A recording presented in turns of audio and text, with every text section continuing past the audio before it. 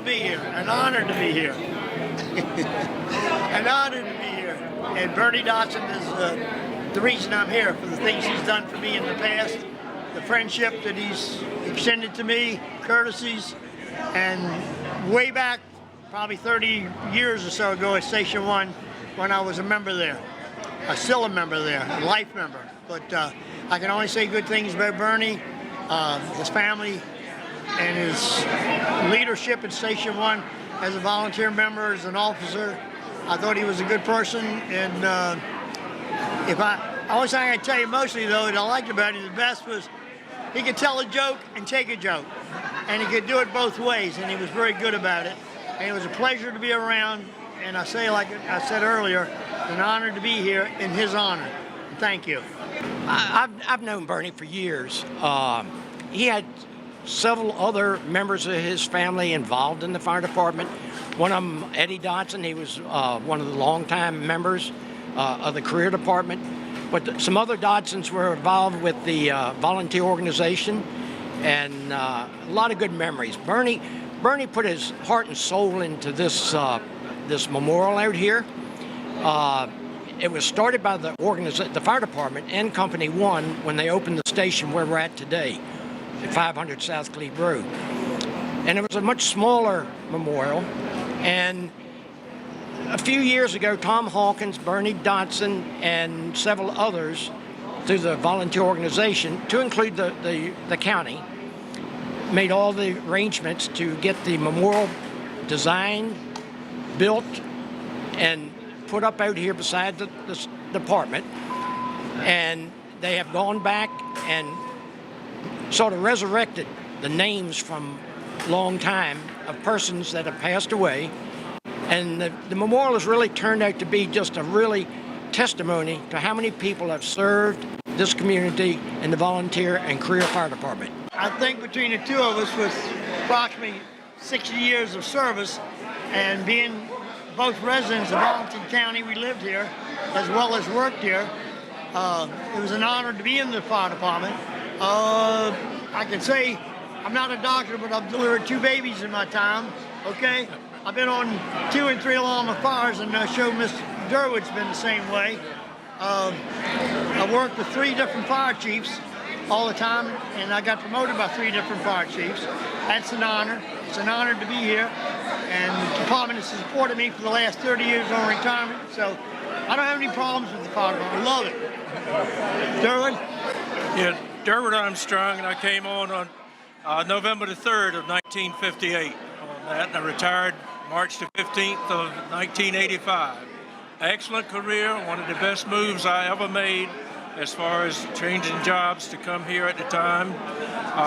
When I first got promoted to lieutenant was after 8 years, served at Station 7 at Fairlington, and at that time they had some pretty bad fires in some of the converted apartments over there, the wooden buildings over there.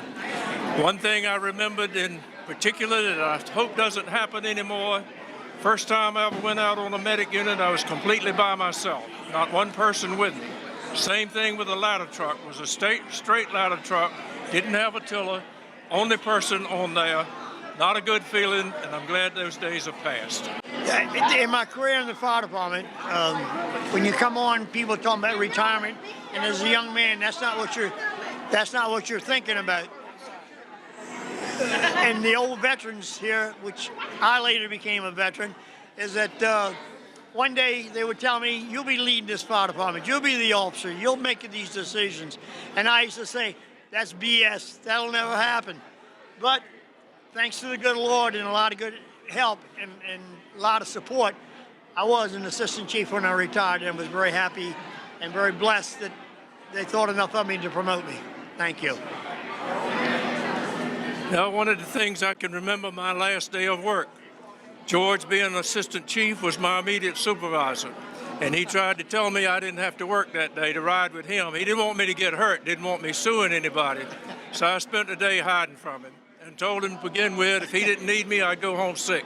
So he finally left me alone on that. A lot of things happened, good and bad. Some of them probably shouldn't be repeated. Never been short-sheeted in the bedroom? No. With powder in your bed, and nobody did it? but I did some too. It was events of alarm clocks being in locked lockers too that was set to go off 2 or 3 in the morning too that were a little bit aggravating, but it was quite a few things done like that. Or your car jacked up on jacks when you go to drive it off and it won't go because the wheels are spinning. That happened. It was always payback time though. Just Or the big think one of something more. at Old Station 1. One of the guys come out of the fire station, and we had to wear blues then, and he came out, and the guys were up on his top going to squirt him with water.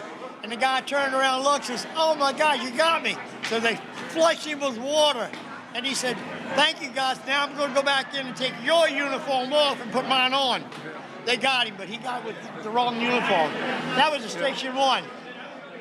Also at Station 4, Shackleford got Gene Kearns, Captain Kearns on the testing hose. Just so many things. You know, I came on in 1965, and I was Pete and I both. We came on the same time. Went to the same recruit school. And when did you retire, Pete? 96. 96, and I didn't know how to retire, so I Kept working. stayed till 2000. But I totally enjoyed my career. But anyway, I worked at a Falls Church, and they had some real nice equipment up there. And at that time, that wasn't really the case in the county. A lot of the equipment was antiquated, wasn't real modern. We used to say, you know, when you got a call, the first thing you had to really be thinking about, was it going to start? Was the truck going to start? And then, because we had a lot of brake problems, when you got to the call, was it going to stop? And so, anyway, a lot of things like that happened, but the county was, you know, at that time, it just wasn't viable for them to have the apparatus that probably we could have had. But I retired 35 years later, and the kind of equipment they have today, I would have died for. And it's second to none. The Arlington County Fire Department equipment, there's probably no organization in the country that has better equipment. My last couple of years, I went back into the field as a battalion chief. I'd served in the training chief, the chief fire marshal, several years, several stints in the field as a battalion chief. But anyway, I went back in the field a couple of years before I retired. And one of my first days back in the field, the battalion aide gets a call from one of the captains. And he says, "Captain wants to talk to you." So I get on the phone, and the captain says, "Got to put the engine out of service." I said, "What's the matter with it?" He says, "The air conditioner doesn't work." Well, when I came to work, there was no tops on the equipment.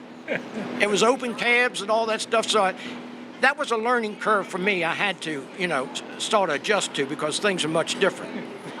But I had a great career, and all the people here today I knew or worked with, so many good memories. We have a list of deceased members, primarily the career members, but that means so much to me, is to go back and look at that and think of all the people I work with and all the good memories I have.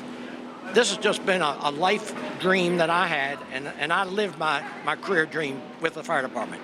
Why did I get promoted? And I don't want to be derogatory towards my predecessors, but like in any career and any job, there's guys that are fantastic and guys that are not so fantastic. So when one of those guys that is in charge of you and he's not too fantastic, that's when you decide, I'm going to have to get promoted. A lot of truth. Yeah, it is, yeah. And, you know, no reflection on them. That's just the way the cookie crumbles, you know. But I enjoyed every one of them, the good, the bad, and the ugly. And I'm glad that I had this. I had 32 years. He had a little more than me. And we came on the same day in 1965. We were the class of 65. We were so unique, they didn't know what class we were. For a while, we thought we were number 3. And some people said we were number 4, and I don't even know what they finally decided we were. I think we became 5. We were debating between 3 and 4, and we became number 5. Two of the people that we honored today was Captain Woody Groves and Chief Robert Groshon. Woody, you had to know Woody, and you had to know Bob Groshon to really appreciate this, but Bob was a firefighter in Montgomery County, Maryland, prior to coming here. And that was in the 50s. And if you knew anything about the Montgomery County Fire Department back then, they had first-class apparatus. Because the volunteer organizations, you know, it wasn't a county run. The volunteers bought the equipment, had fundraisers and that kind of thing. So they had excellent equipment. So Chief Groshon, firefighter Groshon, applies to Arlington and gets the job. Well, he gets assigned to the station at Crystal City, the old Station 5, and Captain Groves is there. First day on the job, Groshon comes in the door, and you had to see what we were running back then. It was pretty rustic. And Groshon comes in and he walks around the station a little bit, and he says to Captain Groves, he says, "Where's the good stuff?"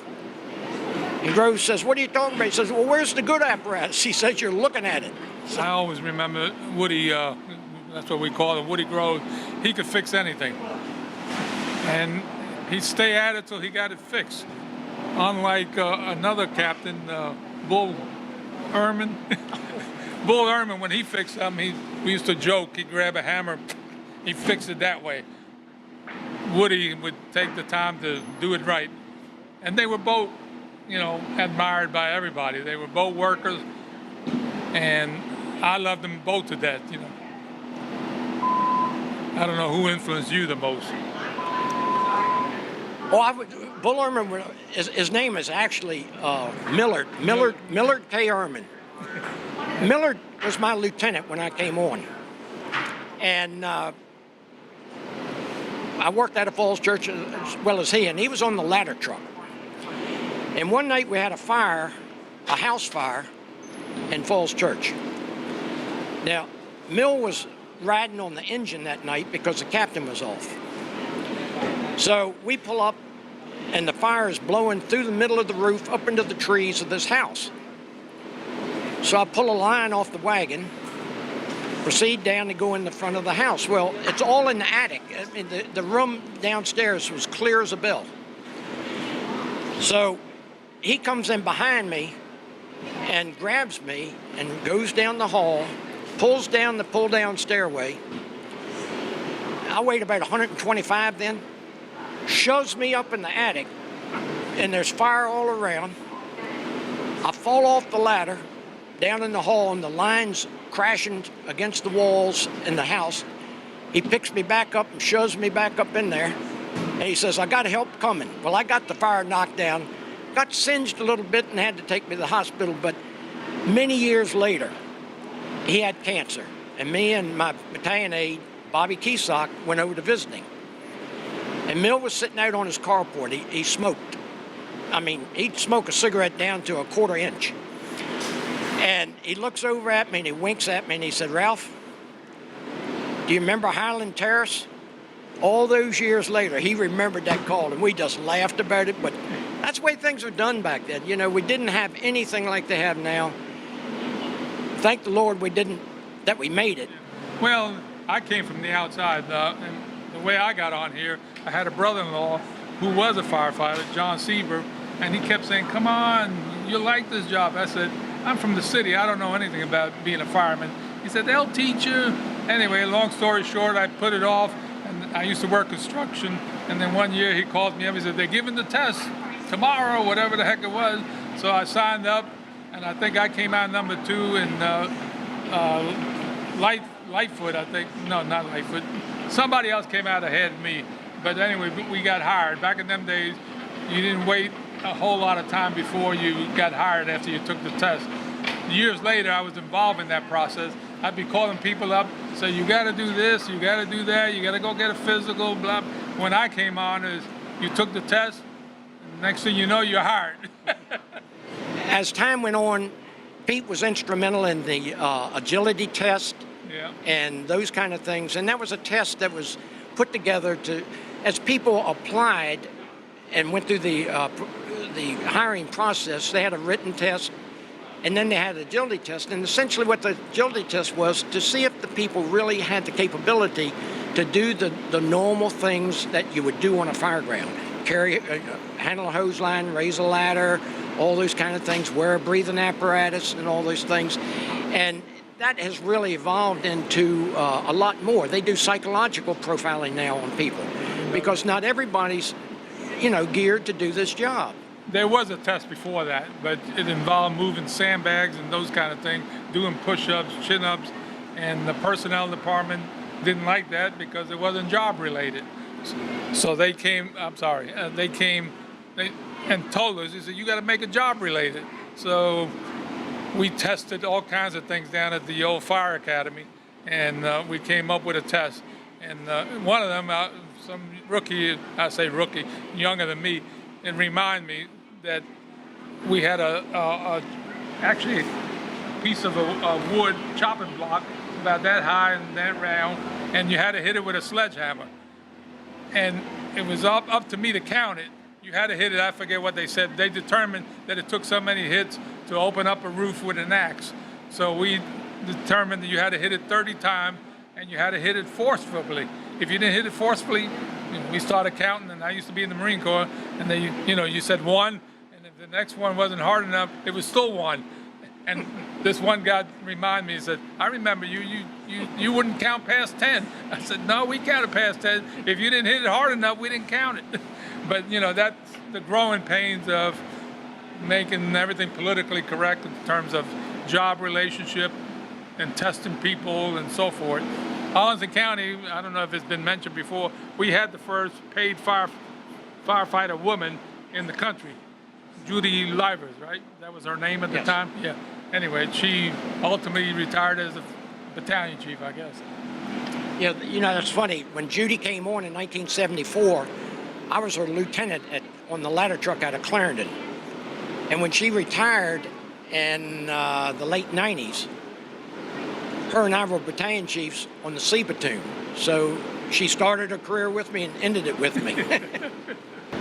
Back in the early 70s, Tom Hawkins, who was a volunteer at Company 1 here in Arlington, he initiated, as far as I know, the fire science program at the Northern Virginia Community College. Yeah.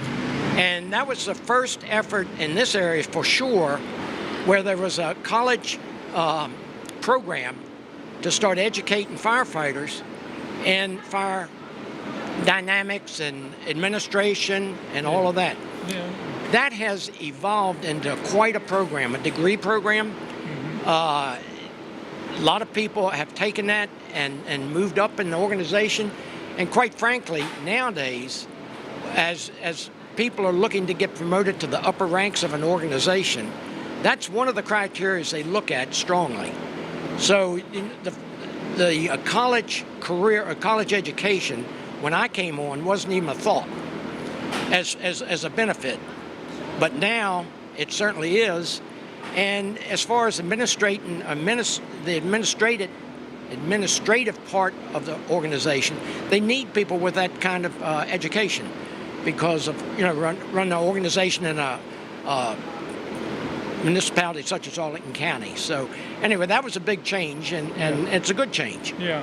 Well, when the Vietnam War was going on and all those guys came back, there was quite a few, I call them paramedics. Back they was just called medics in the service. But all of a sudden they had to have a place to continue their career, and we got a lot of them. We did. Yeah. Yep. And I don't know where Arlington fell in the hierarchy of paramedics. I think we were one of the first in the country. I think somebody in California gets a credit, but this little fire department, we started that because a lot of people don't know paramedics don't just run willy-nilly and do their job. There's got to be a doctor standing behind them that signs off on them. We did start that paramedic program in like 1973, 74. First in the area. I don't know if anybody else had it. It started off fairly slow, but it's evolved into a first-class service across the country now. Yeah. I recall Fairfax, if they had a serious situation, they didn't hesitate to call for a medic unit out of Arlington come to their location. That's before Fairfax had that training. So Arlington's been first in a lot of things. They really have. And Pete's career and mine, we firsthand saw a lot of this, so it was very rewarding. We've seen it evolve. Yeah.